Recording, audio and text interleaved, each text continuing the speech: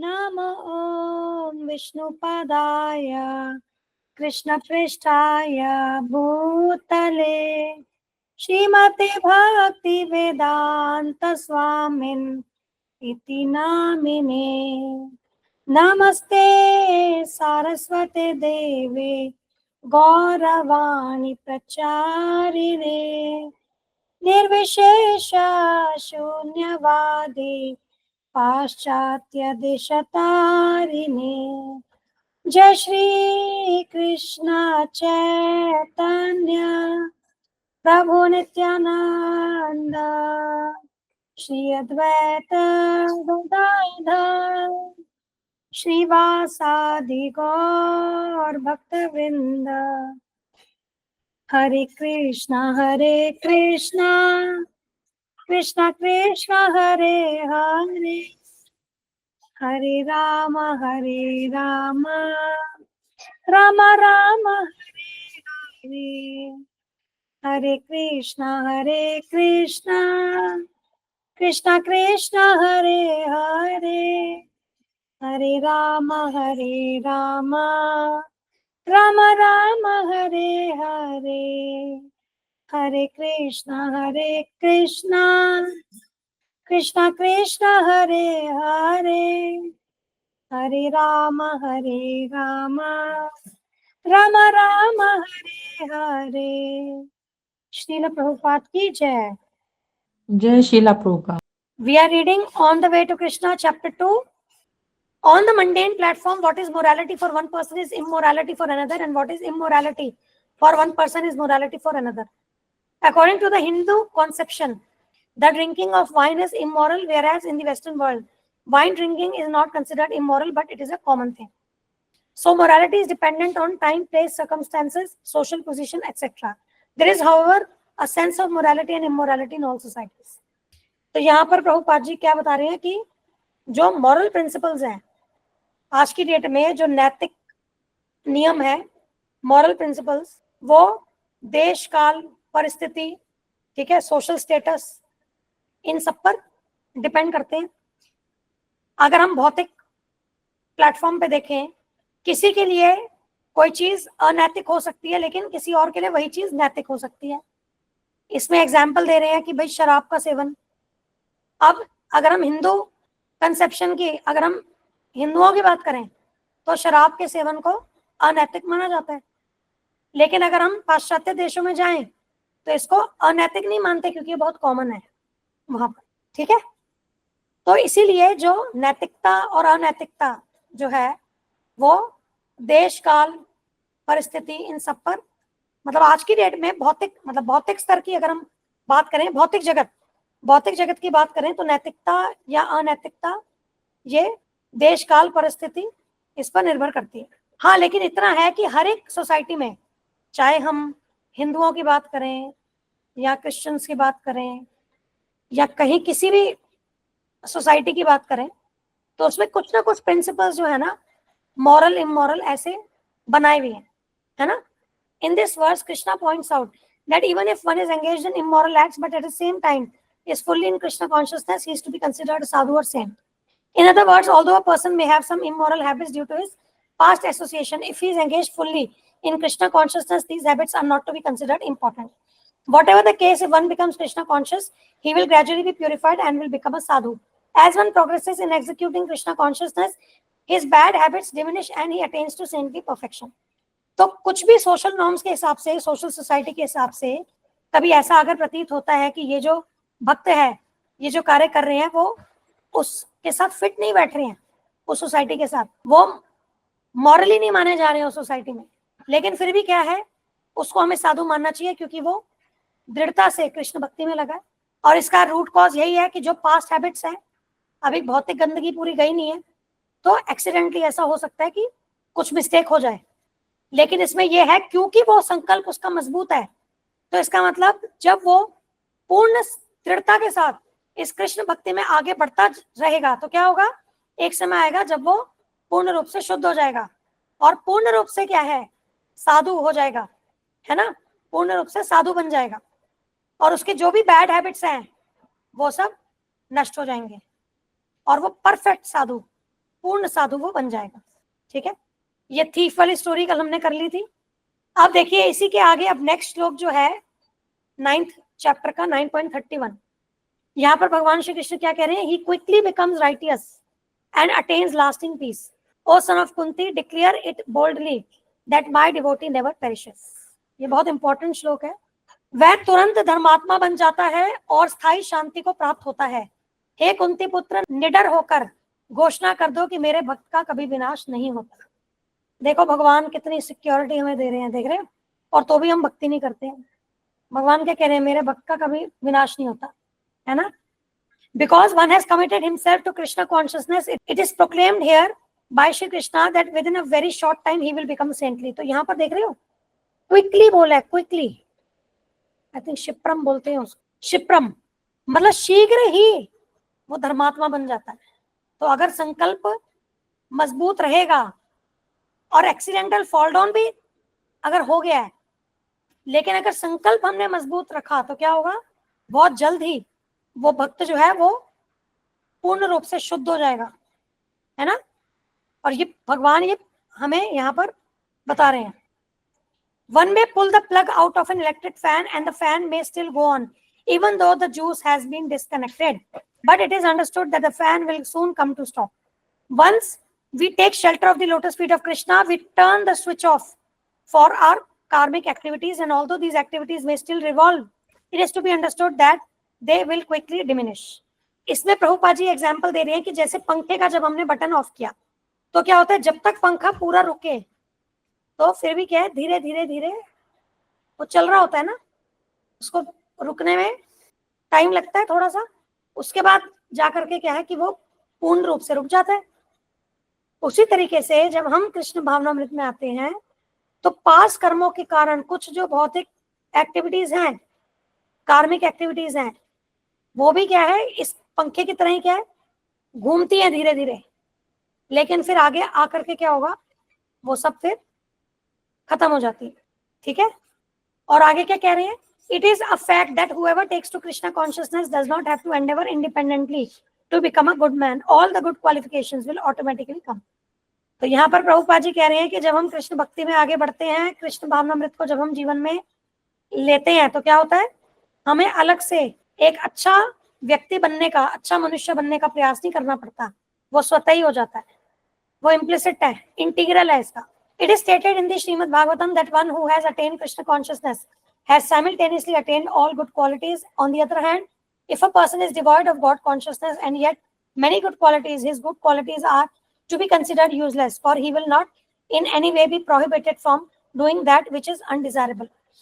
अब यहाँ पर देखिए, यहाँ प्रभुपाद जी श्रीमद् भागवतम का रेफरेंस से यहाँ बता रहे हैं कि श्रीमद् भागवतम में यह बताया कि जिसने भी कृष्ण भावनामृत को अपना लिया है उसके पास सारे अच्छे गुण, सारे सद्गुण जो हैं उसमें आ जाते हैं।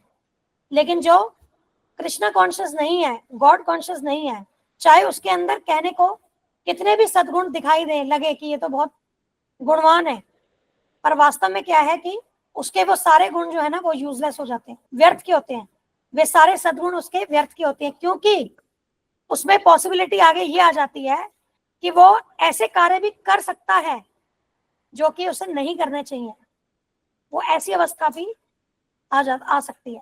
ठीक है, इसको दूसरे तरीके से कहते हैं, क्योंकि वो ऐसे कार्य भी आगे जाकर के कभी कर सकता है जो कि डिजायरेबल नहीं है, जो उसे नहीं करने चाहिए। If one is devoid of Krishna consciousness, he is sure to commit mischief in this material world. जो कृष्ण चेतना से विहीन है इस भौतिक जगत में, वो अवश्य कोई ना कोई क्या है कि गलत कार्य, घृणित कार्य तो करेगा ही। अब इसको लॉजिकली देखो, अब हम ना सिर्फ इस स्टेटमेंट को लेते हैं, अब आप लोग अपने थॉट्स बताओ, ऐसा क्यों है कि जो कृष्ण भावना भावित नहीं है वो क्या है कि कभी ना कभी क्या है, यहाँ पर कुछ ना कुछ क्या है कि गड़बड़ तो इस भौतिक जगत में करता ही रहेगा, कुछ ना कुछ गलत काम तो करता ही रहेगा, ऐसा क्यों है। अब इस वाली स्टेटमेंट को, क्योंकि देखो एक चीज समझो, हमें गुरुजी क्या कहते हैं कि जब आपको कोई चीज समझ में नहीं आए, मान लीजिए आपको लगे कि नहीं ये तो ऐसा नहीं हो सकता, मान लो जैसे इसमें ये स्टेटमेंट है ना कि अगर कोई कृष्ण भावना भावित नहीं है, उसमें बहुत सारे अच्छे गुण हैं, तो भी उसके गुण जो है वो यूजलेस है ना, वो किसी काम के नहीं है उसके वो गुण। अब इसमें हम कह सकते हैं कि भाई हमने कोई ऐसे लोग देखे हैं जो कि बहुत परोपकार वाले कार्य करते हैं, वो कृष्ण भक्त तो नहीं है लेकिन वो बहुत परोपकारी हैं, फिर हमें लगेगा नहीं नहीं ऐसा क्यों है, ऐसा तो नहीं होता, मुझे तो लगता है कि नहीं ये वाली स्टेटमेंट जो है वो ठीक नहीं है। अब इस तरीके से हमें शास्त्र नहीं पढ़ने हैं, ठीक है। शास्त्रों में जो बात हमें बताई गई है वो सही है। अगर हमें लगता है कि कुछ विरोधाभास है तो हमें क्या सोचना है कि मुझे ये स्टेटमेंट समझ नहीं आई, और प्रभुपाद जी से प्रे करके कि प्रभुपाद जी ये स्टेटमेंट समझ नहीं आई, मुझे मार्गदर्शन करिए, चैत्य गुरु से भगवान से प्रे करके मार्गदर्शन करिए। और जैसे हम गुरु जी से पूछते हैं कोई चीज समझ में नहीं आती है तो गुरु जी कहते हैं कि नॉलेज ग्रहण करने का ना ये तरीका है कि आपको श्रद्धा पहले होनी चाहिए उस नॉलेज में, प्रोसेस में। अब टीचर स्कूल में बोले 1+1 2 होता है, हम बोले हम तो नहीं मानते 3 होता है, तो that is not the right way to take knowledge, है ना। तो हम स्कूल में जब पढ़ने भी जाते हैं तो हम एक श्रद्धा रख के जाते हैं, ट्रस्ट रख के जाते हैं ना कि टीचर अगर हमें कुछ टीचर पढ़ा रहे हैं तो हम पूर्ण रूप से विश्वास से हम उसको ग्रहण करते हैं, हम उनके साथ आर्ग्यूमेंट तो नहीं करते। वैसे ही यहाँ पर कई चीजें अगर कभी आपको कोई स्टेटमेंट लगे, आपने मतलब प्रैक्टिकली लाइफ में वो चीजें ना देखी हो, आपको लगे नहीं ऐसा, और उसमें ये नहीं कहना कि भाई ऐसा हो नहीं सकता, ये तो स्टेटमेंट ही गलत है, ये कहना कि मुझे समझ नहीं आ रही। क्योंकि हमने क्या बात की, अभी हम संसार को देख रहे हैं अपने चक्षुओं से, अपने मन के चक्षुओं से, जो हमें अच्छा लगता है उसके अनुसार, लेकिन हमें संसार को देखना है शास्त्र के चक्षुओं से। तो इसीलिए हमारे देखने में त्रुटि है, हम अपनी आंखों पे बहुत घमंड करते हैं कि नहीं ये तो मैंने देखा था, ये तो ऐसा ही होता है। लेकिन क्या आंखों से देखी चीज आप शास्त्रों के अनुसार उसको ग्रहण कर पा रहे हो, समझ पा रहे हो?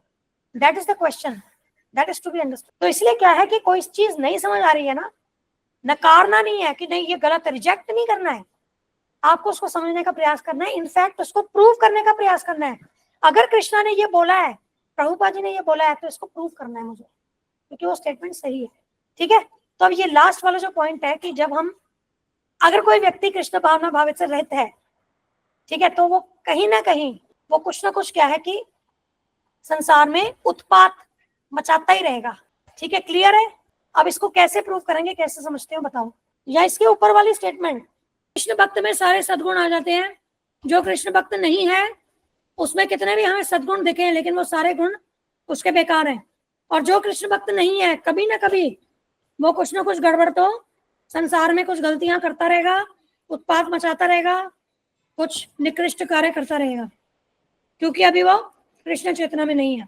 इसको कैसे प्रूव करोगे, क्यों ऐसा कहा जा रहा है? क्योंकि माता जी सबसे पहले तो हम जब इस मनुष्य जन्म में आए तो हमारे सबसे पहला कर्तव्य तो भगवान की सेवा करना, भगवान की आज्ञा पालन करना ही है ना। बिल्कुल। अगर हम कृष्ण भावना में नहीं रहे, उनकी सेवा में नहीं रहे, तो फिर हम जो भी करेंगे वो अपने आप ऑटोमेटिक गलत होगा ना।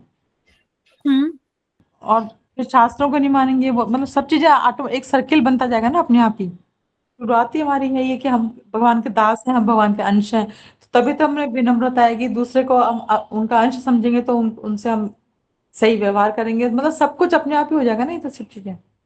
ठीक है, ये आपने बिल्कुल ही जो जो हम प्रत्यक्ष रूप से ये इस चीज को समझ सकते हैं। अब यहाँ पर एक चीज और प्रभुपाद जी बोल रहे हैं कि जो कृष्ण भावना भावित नहीं है लेकिन उसके अंदर गुण हैं, उसके अंदर बहुत सारे गुण हैं, लेकिन उसके वो गुण भी क्या यूजलेस है। अब इसमें एग्जांपल लो जो बड़े बड़े धर्म के कार्य करते हैं, तो माता जी वो तो फिर नैतिकता वाले हो गए ना, कि वो अपने अपने अपने हिसाब से नैतिकता के नियम बना रहे हैं।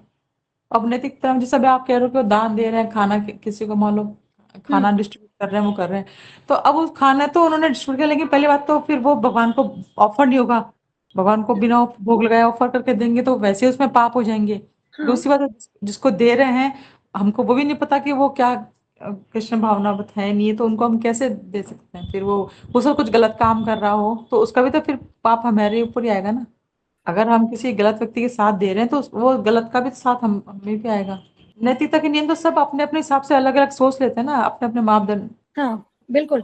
अब एक स्टेप और जाओ, क्या वो वास्तव में परोपकार कर रहे हैं? नहीं हो रहा ना माता जी, परोपकार नहीं होगा ना, क्योंकि वो एक क्षणिक हो गया ना, वो तो सनातन नहीं हुआ ना। कि मान लो यदि किसी को भूख भी लग रही है, आपने किसी को कुछ खिला भी दिया तो वो तो क्षणिक हो गया, लेकिन वो अगर गलत काम कर रहा है या कुछ असली परोपकार तो वो होगा ना कि हम उसका परमानेंट कुछ सोल्यूशन दें उसके प्रॉब्लम का। और फिर वैसे माता जी भक्ति सिद्धांत सरस्वती जी महाराज के साथ मैंने एक कोट भी पढ़ा था, उसमें उन्होंने कहा था कि हम सबसे ज्यादा हिंसा जब कर रहे हैं अगर किसी व्यक्ति को हम कृष्ण भावना से नहीं जोड़ रहे हैं, उनको कृष्ण भक्ति नहीं दे रहे हैं, वो रास्ता नहीं दिखा रहे हैं, तो सबसे बड़ी हिंसा तो यही हो गई। यदि एक्सेलेंट हम, माता जी, एक्सेलेंट। ये कोड ग्रुप में भेज दोगे? हाँ माता जी मैंने पढ़ा था पहले, वो ढूंढ के मैं भेजती हूँ जरूर। तो और जैसे गुरुजी ने भी कहा हुआ है माता जी, और जिससे हमने कई बार कई जगह आया हुआ, मुझे जैसे रेफरेंस नहीं अभी याद आ रहा, लेकिन मैंने कई जगह पढ़ता है, जैसे गुरुजी भी कहते हैं कि यदि हम इस मनुष्य जीवन में आके भी अगर हम आत्मा के उद्धार के लिए काम नहीं कर रहे, आत्मा का कल्याण नहीं कर रहे, तो हम तो सुसाइड मोड पे ही है ना अभी तो, बिल्कुल। सुसाइड ही कर रहे हैं। तो फिर वो परोपकार तो बॉडी लिए रह गया ना, वो अगर किसी को खाना दे रहे हो तो वो परोपकार कैसे हुआ, तो बॉडी लिए रह गया ना एक तरह से, वो टेम्परेरी हो तो। एक चीज में और समझो, जो लास्ट स्टेटमेंट है ना, ये वाली देखो, वो कुछ ना कुछ ये है ना, if one is devoid of Krishna consciousness he is sure to commit mischief. इसमें एक चीज और ये भी समझनी है कि जब हम कृष्ण भावना भावित होते हैं ना, हमारी शुद्धि होती जाती है, और जब विपरीत परिस्थिति आती है तब हमारा जो गुण है, जो हमारे अंदर वो जो विकसित हुए हैं कृष्ण भावना मृत के द्वारा, वो गुण हमारे तब डिस्प्ले होते हैं, मतलब वो खत्म नहीं हो जाते। जैसे एग्जांपल, जैसे भाई हम अर्जुन जी की बात अगर हम देखें, अब कौरवों ने सब कुछ लूट लिया था इनका, फिर भी वो बोले कि क्षमा कर देते हैं, हम गुरुजनों की हत्या क्यों करें, अपने भाइयों की हत्या क्यों करें, पूजनीय जो है हमारे वरिष्ठ जो हैं उनकी हत्या हम क्यों करें। तो ये जो कंपैशन का गुण है, क्या कहते हैं, Arjun was overwhelmed with compassion. ये जो कंपैशन का गुण है अर्जुन जी का, देखिए उस विपरीत परिस्थिति में भी आया जब सामने वाला आपको मारने के लिए खड़ा है। अब सामने कौरव तो मारने को ही खड़े थे ना अर्जुन जी को, उसके बाद भी वो उनको क्षमा करने को तैयार है। आप समझ रहे हो। लेकिन अगर हम किसी की बात करें जो कितना भी गुणवान इंडिविजुअल है, आज के देश काल और परिस्थिति के अनुसार नैतिकता के मापदंड पे कोई कितना भी गुणवान मनुष्य है, लेकिन जब उसकी विपरीत परिस्थिति आएगी, अब क्योंकि उसका हृदय जो है वो शुद्ध नहीं है, तो वहां पर वो फेल हो जाएगा। आप समझे जो मैं कहना चाह रही हूँ, इस पॉइंट को भी कंसिडर करो। क्योंकि देखो, कृष्ण भावनामृत से इंडिविजुअल आगे दिव्य स्तर पे, भौतिक स्तर पे तो है नहीं, अब दिव्य स्तर पे है, लोगों को दिव्य स्तर पे देख रहा है। अब जगाई मधाई वाली जो स्टोरी मैंने भेजी थी ना ग्रुप में, एक बार सुन लेना जिसने नहीं सुनी है। उसमें नित्यानंद प्रभु का ये तो आता है ना एग्जाम्पल, कि वो मधाई जो है वो उनको मटका मार देते हैं सर पे, तो भी उनको वो कहते हैं कि भाई चैतन्य महाप्रभु कहते हैं कि इनको हरि नाम दो। अब वहां पर भी उनका वो कंपैशन वाला गुण आया, ह्यूमिलिटी वाला गुण भी आया। वहां पर नित्यानंद प्रभु ने विनम्रता का गुण भी दिखाया और कंपैशन भी दिखाया, है ना। तो वो गुण वहां पर विपरीत परिस्थिति में भी वो गुण कार्यशील हुए ना। लेकिन अगर यही कोई भौतिकवादी हो, कोई मारे तो वो पलट के मारेंगे ना उसको और दंड देंगे। तो बेसिक चीजें हैं कि हम कैसे रिएक्ट कर रहे हैं, हमारी अलग अलग सिचुएशंस में हम किस तरीके से रिएक्ट कर रहे हैं, वही बता देगा कि हम भक्ति में कितने आगे बढ़े हैं। और स्पेसिफिकली हमारा टेस्ट कब होगा, जब विपरीत परिस्थिति आएगी। अगर उसमें हमने धैर्य से काम लिया, हमने मन को कंट्रोल में रखा, और कोई भी हमने गलत अनैतिक या अधार्मिक, अनैतिक में गलत कार्य नहीं किया, हमारी डीलिंग उसमें सही रही, तो ठीक है, हम आगे सही बढ़ रहे हैं। ठीक है, तो ये वाला पॉइंट ध्यान रखना है। प्रभुपाद जी की ना एक एक स्टेटमेंट को गहराई से पढ़ो। जो ये लास्ट वाली स्टेटमेंट है, बड़ी स्ट्रॉन्ग पॉइंट है ये। सोचो कितना स्ट्रॉन्ग है ये लास्ट वाली जो पॉइंट है ये, if one is devoid of Krishna consciousness he is sure to, मतलब ढंके की चोट पे कह रहे हैं प्रभुपाद जी। कृष्ण भक्त नहीं है तो गड़बड़ करेगा ही करेगा, क्योंकि कृष्ण भावनामृत रियल रिलीजन है। और अगर कंप्लीट, क्योंकि हमने भक्ति की परिभाषा में ही पढ़ा था कि सेल्फ को पूर्ण रूप से, हमें पूर्ण रूप से संतुष्टि कृष्ण भक्ति दे सकती है, हमें पूर्ण कृष्ण भक्ति कर सकती है। ठीक है ना, चलो ठीक है, इतना ही करते हैं। अब हमारे को 9.31 भी करना है, ठीक है, और 4.9 करना है। तो हम पहले कल थोड़ी सी रीडिंग करेंगे। कितना बच्चा है ये, बस सांसी जीर्णानी, यहाँ तक कर लेंगे कृष्णा बर्थ एक्टिविटीज। फिर 2 श्लोक हमारे पास आ जाएंगे, वो 2 श्लोक पढ़ेंगे, फिर 2.22 वाला ये आगे करेंगे। 2.1322।